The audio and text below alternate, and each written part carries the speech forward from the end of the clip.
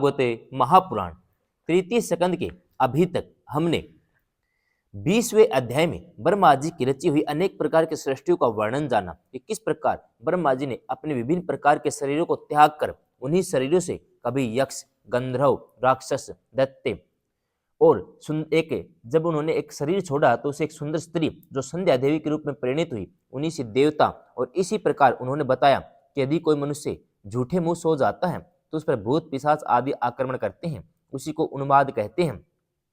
और एक बार ब्रह्मा जी ने अपना प्रतिबिंब बहुत सुंदर मानकर उस प्रतिबिंब से किन्नर और किम पुरुष पैदा किए। आज हम जानेंगे 21वां अध्याय, कर्दम जी की तपस्या और भगवान का वरदान। विदुर जी ने पूछा, भगवान, स्वयंभू मनु का वंश बड़ा आदरणीय माना गया है, उसमें मैथुन धर्म के द्वारा प्रजा की वृद्धि हुई थी। अब आप मुझे उसी की कथा सुनाइए। ब्राह्मण, आपने कहा था कि स्वयंभू मनु के पुत्र प्रियव्रत और उतानपाद ने 7 द्वीपों वाले पृथ्वी का धर्मपूर्वक पालन किया था। तब उनकी पुत्री जो देवहूति नाम से विख्यात थी, कर्दम प्रजापति को ब्याही गई थी। देवहूति योग की लक्षण यम आदि से संपन्न थी।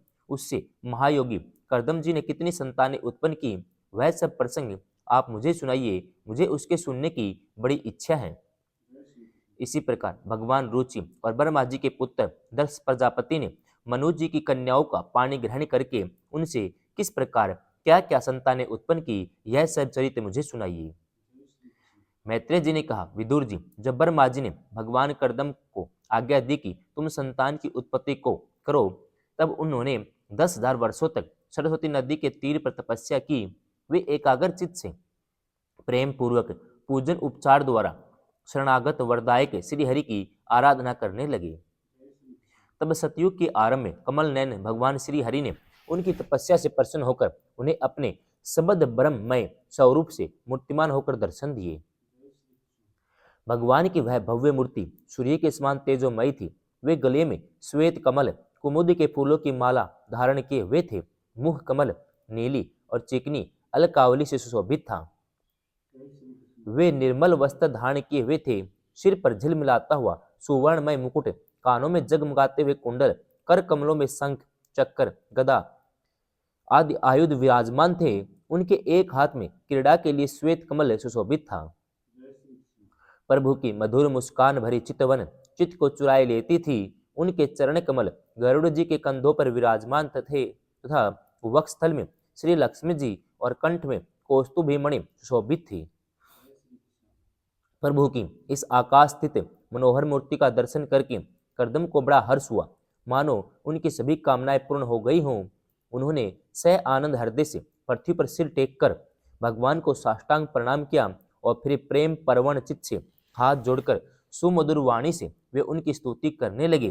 कर्दम जी ने कहा, स्तुति करने योग्य परमेश्वर, आप संपूर्ण सत्वगुण के आधार हैं। योगी जन उत्तरोत्तर शुभ योनियों में जन्म लेकर अंत में योगस्थ होने पर आपके दर्शनों की इच्छा करते हैं।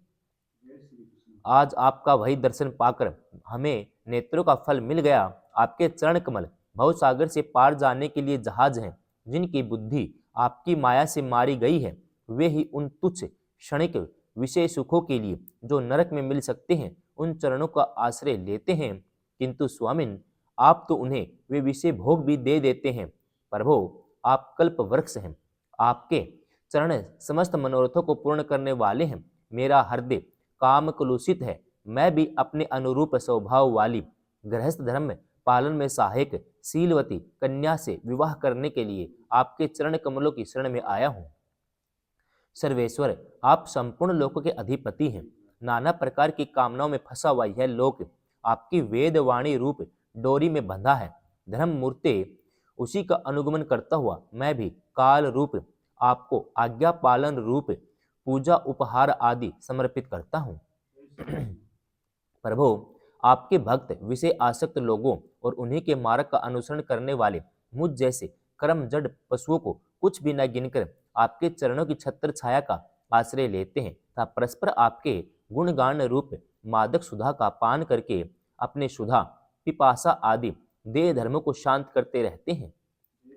प्रभु, यह काल चक्कर बड़ा प्रबल है। साक्षात ब्रह्म ही इसके घूमने की धुरी है।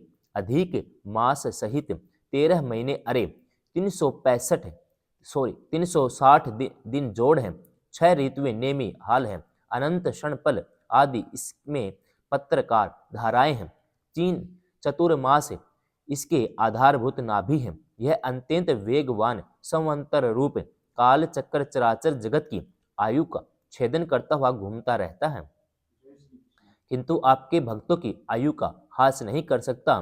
भगवान जिस प्रकार मकड़ी स्वयं के जाले को फैलाती, उसकी रक्षा करती और अंत में उसे निगल जाती है, उसी प्रकार आप अकेले ही जगत की रचना करने के लिए अपने से अभिन्न अपनी योग माया को स्वीकार कर उससे अभिव्यक्त हुई अपनी सत्तों आदि शक्तियों द्वारा स्वयं ही इस जगत की रचना, पालन और संहार करते हैं। प्रभु, इस समय आपने हमें अपनी तुलसी माला मंडित माया से परिच्छिन्न सी दिखाई देने वाली सगुण मूर्ति से दर्शन दिया है। आप हम भक्तों को जो शब्द आदि विशेष सुख प्रदान करते हैं, वे मायिक होने के कारण यद्यपि आपको पसंद नहीं है, तथापि परिणाम में हमारा शुभ करने के लिए वे हमें प्राप्त हों।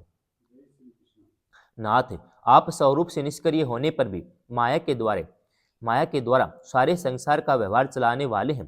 थोड़ी सी उपासना करने वाले पर भी समस्त अभिलषित वस्तुओं की वर्षा करते रहते हैं। आपके चरण कमल वंदनीय है, मैं आपको बार बार नमस्कार करता हूँ। मैत्रेय जी कहते हैं, भगवान की बोहें प्रणय मुस्कान भरी चितवन से चंचल हो रही थी। वे गरुड़ जी के कंधे पर विराजमान थे। तब जब करदम जी ने इस प्रकार निष्कपट भाव से उनकी स्तुति की, तब वे उनसे अमृतमयी वाणी से कहने लगे। श्री भगवान ने कहा, जिसके लिए तुमने आत्म संयम आदि के द्वारा मेरी आराधना की है, तुम्हारे हृदय के उस भाव को जानकर मैंने पहले से ही उसकी व्यवस्था कर दी है। प्रजापते, मेरी आराधना तो कभी निष्फल नहीं होती, फिर जिनका चित्त निरंतर एकांत रूप से मुझ में ही लगा रहता है, उन तुम जैसे महात्माओं के द्वारा की गई उपासना का तो और भी अधिक फल होता है। प्रसिद्ध यशस्वी सम्राट स्वयंभू मनु ब्रह्मवर्त में रहकर 7 समुद्र वाली सारी पृथ्वी का शासन करते हैं। वे परवर, वे परम धर्मज्ञ महाराज महारानी शतरूपा के साथ तुमसे मिलने के लिए परसों यहाँ आएंगे। उनके एक रूप, यौवन, शील और गुणों से संपन्न श्यामलोचना कन्या इस समय विवाह के योग्य है। प्रजापते, तुम सर्वथा उसके योग्य हो, इसलिए वे तुम्ही को अभय कन्या अर्पण करेंगे।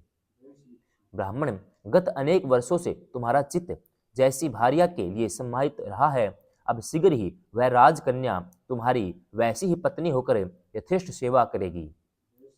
वह तुम्हारा वीर्य अपने गर्भ में धारण कर उससे 9 कन्याएं उत्पन्न करेगी और फिर तुम्हारी उन कन्याओं से लोक रीति के अनुसार मरीचि आदि ऋषि गण पुत्र उत्पन्न करेंगे। तुम मेरी आज्ञा का अच्छी तरह पालन करने से शुद्ध चित्त हो, फिर अपने सब कर्मों का फल मुझे ही अर्पण करके मुझको ही प्राप्त हो जाओगे। जीवों पर दया करते हुए तुम आत्मज्ञान प्राप्त करोगे और फिर सबको अभेदान दे अपने संपूर्ण जगत को मुझ में और मुझको अपने में स्थित देखोगे। महामुने, मैं भी अपने अंश कला रूप से तुम्हारे वीर्य द्वारा तुम्हारी पत्नी देवहूति के गर्भ में अवतीर्ण होकर सांख्य शास्त्र की रचना करूंगा। मैत्रेय जी कहते हैं, विदुर जी, कर्दम ऋषि से इस प्रकार संभाषण करके इंद्रियों के अंतर्मुख होने पर प्रकट होने वाले श्री हरि सरस्वती नदी से घिरे हुए बिंदुसर तीर्थ से, जहाँ कर्दम ऋषि तप कर रहे थे, अपने लोक को चले गए। भगवान के सिद्ध मार्ग वैकुंठ मार्ग के सभी सिद्धेश्वर प्रशंसा करते हैं। वे कर्दम जी के देखते देखते अपने लोक को सिधार गए।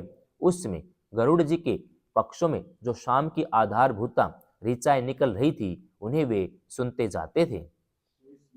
विदुर जी, श्री हरि के चले जाने पर भगवान कर्दम उनके बताए हुए समय की प्रतीक्षा करते हुए बिंदु सरोवर तट पर ही ठहरे रहे। वीरवर, इधर मनु जी भी महारानी शतरूपा के साथ सुवर्ण जटित रथ पर सवार होकर उस पर अपनी कन्या को भी बिठाकर पृथ्वी पर विचरते हुए जो दिन भगवान ने बताया था, उसी दिन शांति परायण महर्षि कर्दम के उस आश्रम पर पहुंचे। सरस्वती के जल से भरा हुआ यह बिंदु सरोवर वह स्थान है जहां अपने शरणागत भक्त कर्दम के प्रति उत्पन्न हुई अत्यंत करुणा के वशीभूत हुए भगवान के नेत्रों से आंसुओं की बूंदें गिरी थी। यह तीर्थ बड़ा पवित्र है, इसका जल कल्याणमय और अमृत के समान मधुर है तथा महर्षि गण सदा इसका सेवन करते हैं। उसमें बिंदु सरोवर पवित्र वृक्षलताओं से घिरा हुआ था, जिनमें तरह तरह की बोली बोलने वाले पवित्र मृग पक्षी रहते थे। वह स्थान सभी ऋतुओं के फल और फूलों से संपन्न था। सुंदर वन श्रेणी भी उसकी शोभा बढ़ाती थी। वहां झुंड के झुंड मत वाले पक्षी चहक रहे थे, मत वाले भौरे मंडरा रहे थे। उन मुत मयूर अपने पिछ फैला फैलाकर नट की भांति नृत्य कर रहे थे, और मत वाले कोकिल कुहू कुहू करके मानो एक दूसरे को बुला रहे थे। वह आश्रम कदम, चंपक, अशोक, करंज, बकुल, असन, कुंद, मंदार, कुटज, नए नए आम के वृक्षों से अलंकृत था। वहां जलकाग, बतख आदि जल पर तैरने वाले पक्षी, हंस, कुरुर, जलमुर्ग, सारस, चकवा, चकोर मधुर स्वर से कलरव कर रहे थे। हरिण, सुअर, शाही, नील गाय, हाथी, लंगूर, सिंह, वानर, नेवले, कस्तूरी मृग आदि पशुओं से भी वह आश्रम घिरा हुआ था। आदिराज महाराज मनु ने उस उत्तम तीर्थ में कन्या के सहित पहुंचकर देखा कि मुनिवर कर्दम अग्निहोत्र से निवृत्त होकर बैठे हुए थे। बहुत दिनों तक उग्र तपस्या के कारण वे शरीर से बड़े तेजस्वी दिखाई पड़ते थे, तथा भगवान के स्नेहपूर्ण चितवन के दर्शन और उनके उच्चारण किए हुए कर्ण अमृत रूप सुमधुर वचनों को सुनने से इतने दिनों तक तपस्या करने पर भी वे विशेष दुर्बल नहीं जान पड़ते थे।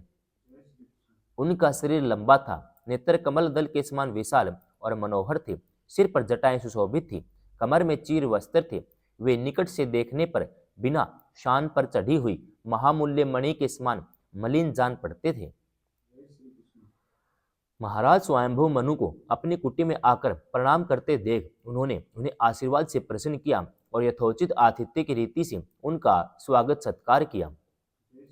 जब मनु जी उनकी पूजा ग्रहण कर स्वस्थ चित्त से आसन पर बैठ गए, तब मुनिवर कर्दम ने भगवान की आज्ञा का स्मरण कर उन्हें मधुर वाणी से प्रसन्न करते हुए इस प्रकार कहा, देव, आप भगवान विष्णु की पालन शक्ति रूप हैं, इसलिए आपका घूमना फिरना निसंदेह सज्जनों की रक्षा और दुष्टों के संहार के लिए होता है। आप साक्षात विशुद्ध विष्णु स्वरूप हैं। भिन्न भिन्न कार्यों के लिए सूर्य, चंद्र, अग्नि, इंद्र, वायु, यम, धर्म, वरुण आदि रूप धारण करते हैं। आपको नमस्कार है। आप मणियों से जड़े हुए जयदायक रथ पर सवार हो अपने प्रचंड धनुष की टंकार करते हुए उस रथ की घरघराहट से ही पापियों को भयभीत कर देते हैं, और अपनी सेना के चरणों से रौंदे हुए भूमंडल को कंपाते हुए अपनी उस विशाल सेना को साथ में लेकर पृथ्वी पर सूर्य के समान विचरते हैं। यदि आप ऐसा न करें तो चोर डाकू भगवान की बनाई हुई वर्ण आश्रम धर्म की मर्यादा को तत्काल नष्ट कर दें। विषय लोलुप निरंकुश मानवों द्वारा सर्वत्र अधर्म फैल जाए। यदि आप संसार की ओर से निश्चिंत हो जाएं, तो यह लोक दुराचारियों के पंजे में पड़कर नष्ट हो जाएं। तो भी वीरवर, मैं आपसे पूछता हूं कि इसमें यहाँ आपका आगमन किस प्रयोजन से हुआ? मेरे लिए जो आज्ञा होगी उसे मैं निष्कपट भाव से सहर्ष स्वीकार करूंगा। 21वां अध्याय समाप्तम।